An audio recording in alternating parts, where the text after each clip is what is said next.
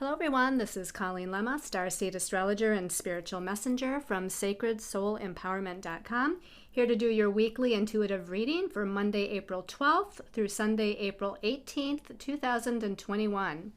For this week's weekly reading, we'll be using the Animal Wise Tarot deck by Ted Andrews for the main message for everyone. And your special message card this week, depending on your stone of choice, will be coming from the Psychic Reading Cards by Debbie Malone and Amelia Chidulescu. So just a reminder that we are now halfway through the month of April with this reading. So if you haven't already watched the monthly intuitive reading for the month of April, you'll want to make sure to go onto my YouTube channel and watch that complete with the numerological influence for the month of April, the astrological highlights for the month of April, messages from our angels and guides for the collective, as well as a special message card depending on your stone of choice. So for this weekly reading, let's start by taking a look at our stones of choice for your special message. So these are all jasper this month, and there's lots of different kinds of jasper, I guess I should say this week. Lots of different kinds of jaspers out there. This one is called snake skin jasper, and you can see that the markings on this particular jasper looks a little bit like a snake skin here. And this particular stone is very protective and calming. It shields one from psychic attack and negative influences. It also guards you from others' negative thoughts and actions. So other people's negative thoughts and actions. It protects you against that as well. Your second stone of choice is picture jasper. You can see this beautiful brown stone that it's got all these little almost like hieroglyphic markings on it. And this is why they call this picture jasper. And this is powerful, a powerful grounding stone, a powerful connection to earth energy and messages from the ancients who walked the earth. It also helps to bring peace and comfort. And then your last stone of choice, this is a new jasper that I found recently. Got to pick it up here. This one's called Dragon's Blood Jasper. It's a green jasper with little spots of red on there. So Dragon's Blood Jasper. This is a protector of life, helps with increased strength and endurance. It helps to boost one's focus and resilience, and it ignites one's creativity. So again, your stones of choice are the snakeskin jasper, the picture jasper, or the Dragon's Blood Jasper. So let's talk about the astrological energies of the week.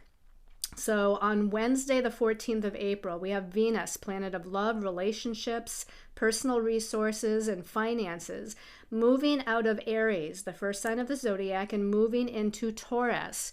Now, Taurus is one of the two signs that Venus naturally rules in the zodiac. The other one is Libra. Venus ruling Taurus, that Taurus energy is all about our personal resources, our values, our money, our finances. So Venus is going to be strong within that realm right now for the next few weeks while she's in this sign of Taurus. It's grounding, it's sensual, it's practical, it's persistent, it's determined. So again, when it comes to any kind of projects that deal with money and finances, any situations or events or circumstances in your life that deals with what you value, your values, or again, your personal resources like money, this is going to highlight that at this time. On Friday, the 16th, the Sun, which is still in Aries, is going to be challenging Pluto. Now, the Sun is our self-identity, our self-confidence, how we shine our light. It's in Aries, which is very independent, strong, leadership-oriented, take charge. It's a fire sign, so it's very dynamic. And Pluto rules power and control. Pluto rules death and rebirth. Pluto rules transformation and transmutation. So when the Sun is squaring Pluto, we might have some power and control issues with authority in our life. The Sun can rule authority figures, masculine authority figures. So there may be some power and control issues where we need to own our power, stand in our power, take our power back. The Sun squaring Pluto could also bring about great transformation and change in our lives as far as who we are, our confidence in ourselves, might be a little shaken, but it's so that this death and rebirth process can take place within us and help us to move forward, standing strong, standing in a space of courage to move forward. Also on Friday the 16th and into Saturday the 17th, depending on what part of the world you live in, we have Mars the warrior, currently in Gemini, the sign of information, messages, communication. And it's in a positive aspect to Jupiter in Aquarius. Jupiter rules expansion. Jupiter rules our belief systems. Jupiter rules abundance and prosperity as well. And it is a positive connection. So I think with Mars being in the communication sign of Gemini, which is an air sign, Jupiter being in the higher mind sign of Aquarius, which is an air sign, I think a lot of the benefits are going to do through networking and reaching out to other people. So whether it's communication by phone or email, networking in some way, shape, or form, I feel like this gives us the opportunity to expand our ideas out into the world. And this happens about the same time that the sun is squaring Pluto. So again, there might be some power and control things, power and control energies that are going on. And we're going through this death and rebirth process within ourselves. But if we communicate properly and we kind of put ourselves out there, Gemini likes to put ourselves out there in many different places. So don't hone in on just necessarily one. Try many different things. Try connecting with or networking with a lot of different people in a lot of different areas. That's going to be your best bet. But this can bring about, again, some great benefit, some great expansion into something positive here. Also on Saturday the 17th, Mercury, the planet that rules our thoughts, our ideas, our perceptions, and our communication, is in a positive connection to Jupiter and Mars. So not only is Mars connecting positively to Jupiter, but Mercury is also connecting positive to both Mars and Jupiter as well. So again, that just supports the idea of messages, information, talking to other people, writing to other people, presenting yourself verbally to other people. That's going to be where you gain great benefits here. Now, that's an opportunity, but you have to take advantage of that opportunity to kind of reach out and connect with other people. Also on Saturday the 17th, Mercury is now in a challenging connection to Pluto. So again, there might be words of power and control. You know, there might be communications, conversations to where there's some power and control issues. But through staying strong and confident, because again, both the sun, which was on Friday squaring Pluto, and now Mercury on Saturday squaring Pluto, they're both in Aries. So we have to stand in our sense of self. Our self-identity has to be strong. Our self-confidence has to be strong. Our courage has to be strong. We have to be independent. We have to be a leader. And if we do so in our communications, and we stand strong in our confidence, then this transformation can end up being a benefit. But sometimes it's through challenge where we gain benefits. So just watch for, again, some power and control issues or disempowering circumstances that might arise. On Sunday the 18th, Mars is now in what we call an inconjunct aspect to Pluto. So now Mars is connecting with Pluto in a kind of a weird, funky way through this inconjunct aspect, which means we have to adjust something. And Mars, again, is in Gemini, the communication sign, the sign of information and messages. So we might have to adjust how we're speaking to other people. We might have to adjust who we're sharing our ideas with and make sure we're choosing wisely who we're sharing those ideas with. That's going to be part of the empowerment transformation process for us. And then also on Sunday, the Sun and Mercury finally come together. As they have been doing their dance with Pluto, they're now coming together on Sunday in that sign of Aries, to where we feel especially confident and strong and able to communicate or share our ideas and perceptions and messages. So let's go ahead and take a look at the messages from our angels and guides here for the week. The first card is the 10 of Fire, the 10 of Ancients, the 10 of Wands. This is the tortoise in this particular deck. And so what do you think of when you see a tortoise or a turtle? You think of slow movement, right? And it does say at the bottom, movement through pressures. So there might be challenges this week. There might be pressures, or we might have a feeling of burden or overwhelm, or there's a lot going on or a lot we're carrying. But the number 10 means that we're almost at the end of something. The number 10 is the last of the minor arcana before we get into the court card. So we're nearing the end of whatever these pressures and challenges are. And if we stay persistent and determined and patient and move slowly, we'll get through it. Okay, so that's the message here, is you're going to get through it. Just, stay steadfast, which is a key word for Taurus. Remember, Venus is moving into Taurus on Wednesday. Taurus is about patience, moving slowly, and being steadfast and practical. And so if you do all of those things, you're going to get through these challenges. Now, the second card came out as 2 cards here. So let's take a look at the first of those 2 cards. Okay, we have the 8 of Winged Ones, which is the 8 of Air, the 8 of Swords. And in this deck, it's the Grackle. And it says, time to free emotions and anxieties. Okay, there's a lot of Mercury stuff going on this week, right? Mercury's connecting with Jupiter, with Mars, with Pluto, and then with the Sun. And Mercury is that planet of communication, ideas, thoughts, and perceptions. But our mind might be getting in our way, right? The 8 of Swords can mean that we're feeling disempowered by our own thoughts, disempowered by our own belief systems, disempowered by our own perceptions. So those fears and anxieties are creeping into the ego mind. And as this said, or as this says, it's time to free ourselves of those. Those are just, our ego mind is getting in the way and kind of sometimes making up scenarios that haven't occurred and therefore may never happen. The number 8 is about empowerment in numerology. So empower yourself or take back your power regarding these fears and anxieties and move forward with confidence. Let's see what came out with that card. Get more of an idea. Oh, I like it. This is the 6 of Winged Ones. The 6 of Winged Ones is the 6 of Swords, or the 6 of Air. Now, out of all the Swords cards, this is one out of about maybe 2 that are the easiest to contend with, because all the swords are about the mind.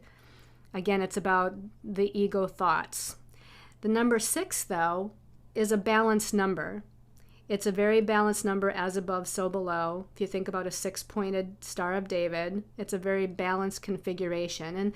And this is the dove. The dove is gentle. It's got a beautiful singing voice. It's very kind of a nurturing sort of energy, almost a mothering sort of energy when it coos, and it has that sound that you hear on your morning walks. It says moving between cycles and worlds.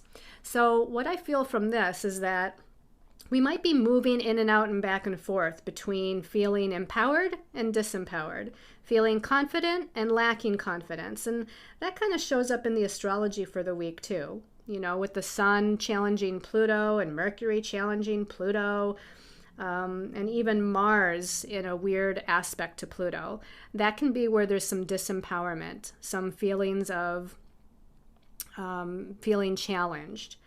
But a lot of the other energies, Mars is in a positive energy to Jupiter, bringing in those benefits and blessings through positive communication. Mercury connects to Jupiter and Mars in a positive way. The Sun connects to Mercury in a positive way at the end of the week. So I feel like we're moving in and out and back and forth between this idea of feeling confident and inspired and leadership-oriented, take charge-oriented to move forward, but then sometimes maybe running into a little bit of a challenge or running into a situation or a person that's disempowering us. And again, that energy that's disempowering us might be our own thoughts, perceptions, or belief systems. So release yourself, like it says here, from the fears and anxieties and move more into the balance of the dove here.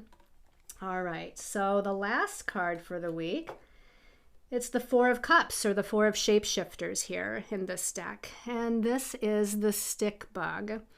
Now, the number 4 is about practical matters. The number 4 is about manifestation. The number 4 sometimes can get stuck in a rut, though, or be too closed-minded. At the bottom, it actually says that there's activity going on beneath the surface.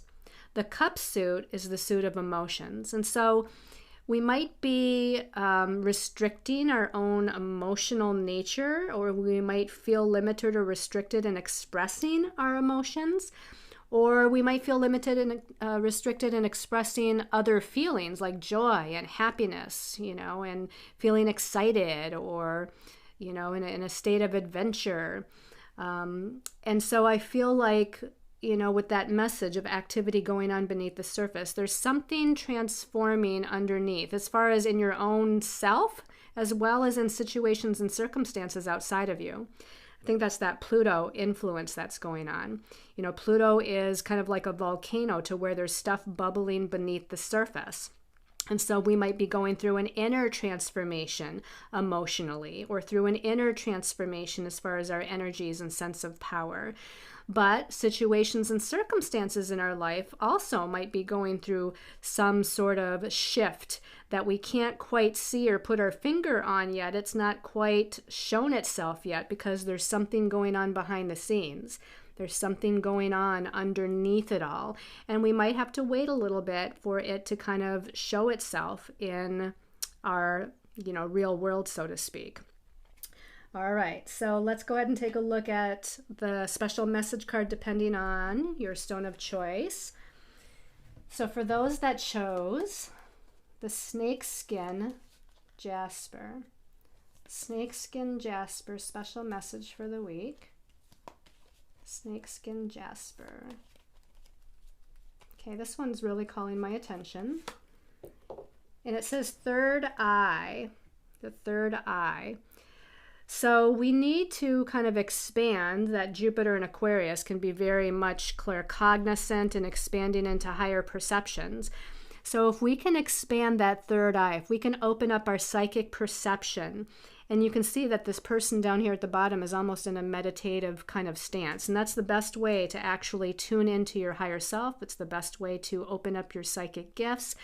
You can focus on the third eye and seeing that indigo color of blue at the third eye.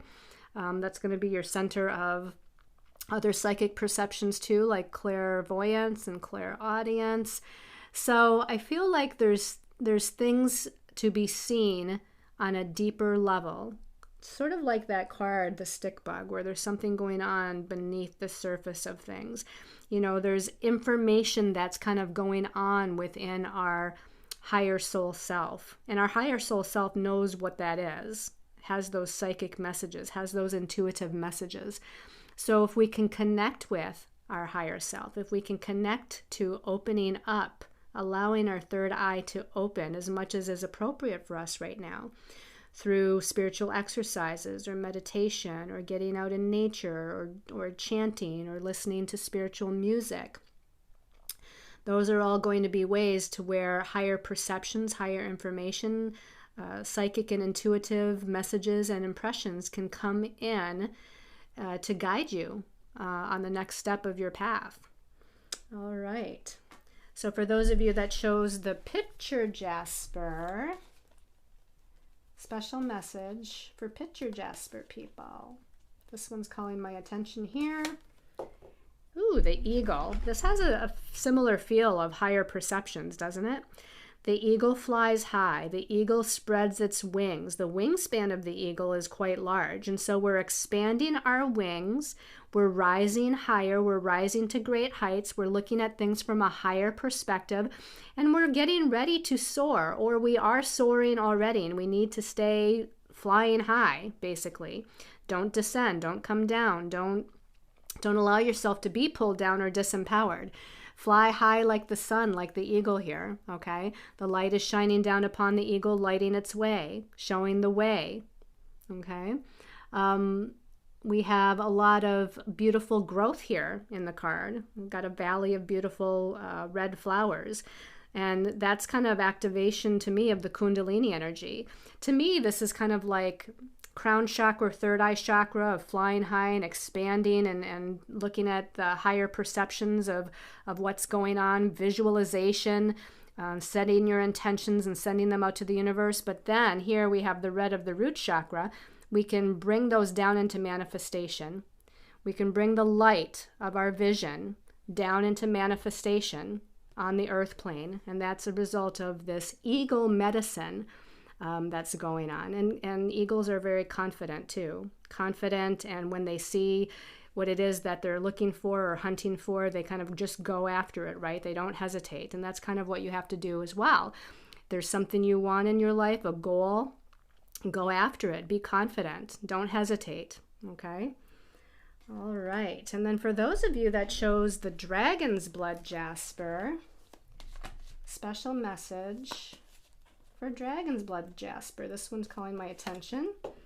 Ooh, the Lovers. I don't know how this got stuck in there.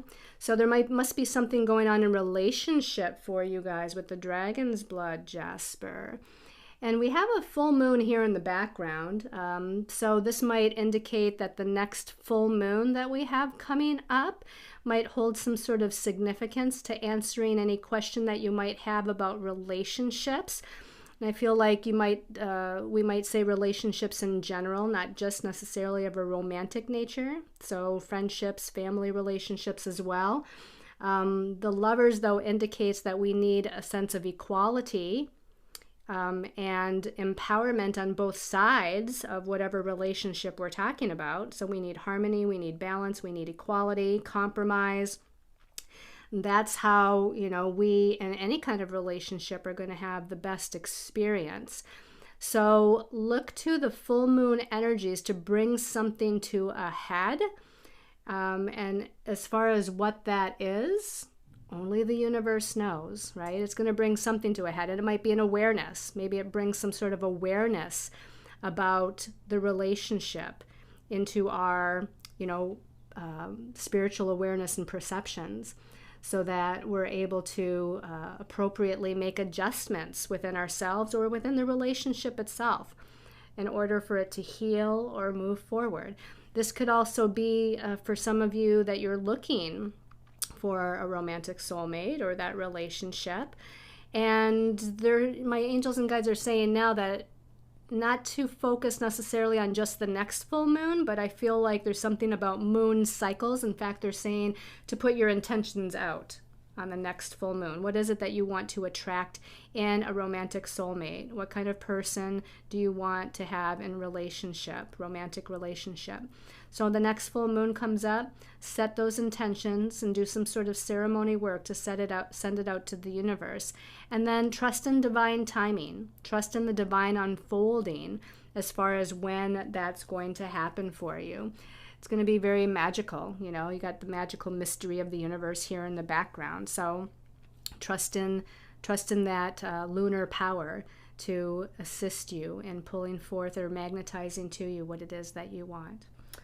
All right, everybody. Thank you so much for listening or watching the weekly intuitive reading and the monthly intuitive reading. I hope you've watched that as well.